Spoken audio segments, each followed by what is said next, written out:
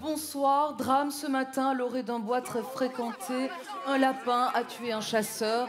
Le pays est sous le choc. Dans le village, c'est l'indignation. Rejoignons en direct notre envoyé spécial qui était sur les lieux quelques instants à peine après le drame. Oui, Akima, et puis alors, donc ce matin, un lapin comme vous et moi est sorti du bois, il s'empare d'une arme, il tire sur le chasseur tombe, sa tête heurte une pierre, c'est le coup du lapin. Le chasseur est mort sur le coup, hélas, il n'a fait aucune déclaration.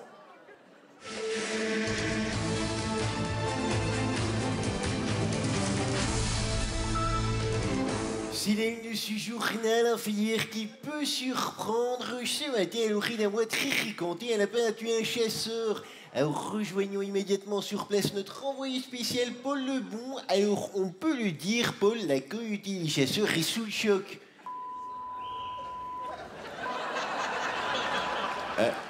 Il me semble que nous ayons un petit problème technique. Nous n'avons pas la liaison avec notre envoyé spécial. Vous m'entendez ? Ah, voilà, on me signale que nous sommes à présent en mesure de rejoindre en direct au cœur de l'émotion Paul Lebon. C'est à vous. Oui, effectivement. 8 heures ce matin. C'est tôt. Un lapin tue un chasseur. Un lapin armé. Illustration de la violence lapine. Pour expliquer ce drame, je me tourne vers notre expert. Où qu'il est ? Ah. Vous êtes professeur en balistique et criminologie. Ce drame repose bien évidemment la question de la vente d'armes aux lapins. C'est-à-dire que les armes ne sont pas dangereuses en soi, n'est-ce pas? C'est leur usage qui est en question. Et chez le lapin, le coup part vite. Savez-vous qui arme le fusil? Le chien. Le chien du chasseur s'est retourné contre lui. Eh bien, des experts sont sur place. C'est moi. Une enquête est en cours. C'est tout ce qu'on peut dire. Pour l'instant. Alors évidemment, dans les villages voisins, c'est l'émotion et l'état de choc, bien entendu. Je suis à côté d'une des proches de la victime, une très proche même. On peut dire ce soir que vous êtes sous le choc. Ben, c'est-à-dire que je suis sous le choc, en fait. Dans le temps, il y avait bien un homme qui avait mordu un chien, mais là, quand même, c'est grave, quoi. Et puis on vient de l'apprendre, le prince Laurent a rendu, on le découvre sur ces images, une visite très émouvante aux proches de la victime. On peut dire qu'il a été très gentil. Oh oui, le prince Laurent a vraiment été très gentil. Il a dit ainsi que le chasseur n'était pas un mauvais chasseur. Il m'a dit comme ça, vous savez, le mauvais chasseur, il voit un lapin, il tire. Alors que le bon chasseur, il voit un lapin et le lapin tire. Alors on peut l'entendre, un témoignage bouleversant et très très émouvant.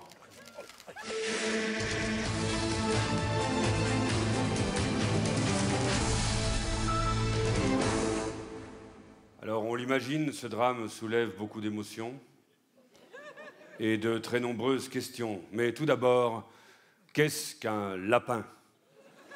Eh bien, pour y répondre, je me tourne vers notre expert. Vous êtes lapinologue. Eh bien voilà, n'est-ce pas? Le lapin n'est pas un danger pour l'homme. Hein? Chez le lapin, l'enfer, ce n'est pas les autres. Il ne part jamais à la chasse de peur de perdre sa place. Mais si vous posez un lapin à un lapin, tout, vous m'entendez, hein? Tout peut arriver. Il semblerait que le chasseur, un chaud lapin, ait sorti un autre lapin de son chapeau et qu'avant de se faire tirer, il est détalé comme un lapin. Eh bien, vous le constatez, ces réponses soulèvent de nombreuses questions. Par exemple, cela pourrait-il se produire chez les canards?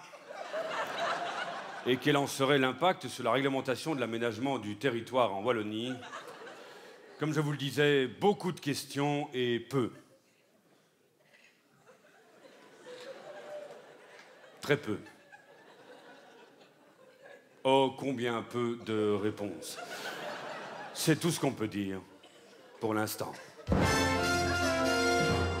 Dans le village, les gens désormais ont peur. Alors, faut-il avoir peur? C'est évidemment toute la question. Écoutez ce témoignage exclusif recueilli il y a quelques instants à peine. Ah oui qu'on a peur, parce que bon, moi aussi j'ai des enfants chasseurs. Et savoir comme ça qu'il y a des lapins qui peuvent tirer aveuglément, ben c'est terrible, quoi. Moi, je me sens déjà tellement seule. Vous savez, moi j'ai 2 veaux, 3 vaches, 2 chiens, une chèvre, des poules et un mari chasseur. Et je veux dire, mon mari s'occupe tellement peu de moi et de mes enfants que je me dis, heureusement qu'elle est bête, quoi. Excusez-moi. Et pour encore plus d'émotion, retrouvez ce témoignage poignant dans son intégralité sur notre site internet.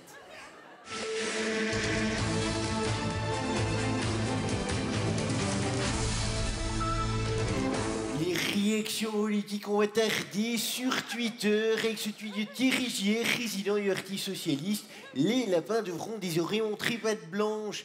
Le CDH, quant à lui, exige un plan transversal de prévention et une augmentation du nombre de lapins dans la rue.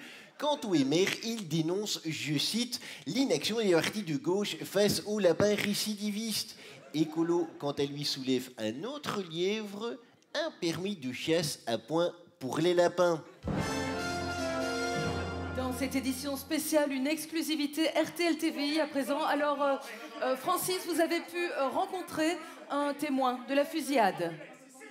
Oui, Akima, j'ai pu voir un lapin qui a vu le lapin qui a vu le chasseur. Monsieur Lapin, on peut dire que vous avez tout vu. Ce matin-là, un chasseur regardait par la fenêtre un lapin venir à lui et lui dire ainsi: chasseur, enfuis-toi ou le lapin te tuera. Lapin, lapin, tire bien le coup du lapin. Et demain, nous reviendrons sur ce drame dans une édition spéciale avec la question qu'on se pose, bien sûr, dans cette affaire, les médias n'en ont-ils pas fait un peu trop ?